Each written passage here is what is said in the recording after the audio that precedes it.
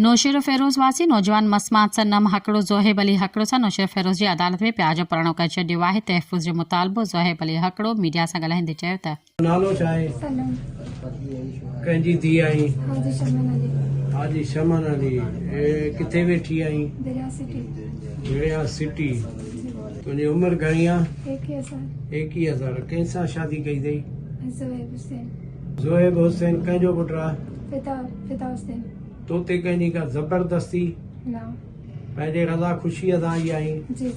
तोखे कंहिं मां ख़तरो? हिन जे मालिकनि मां तोखे ख़तरो आहे न? हा।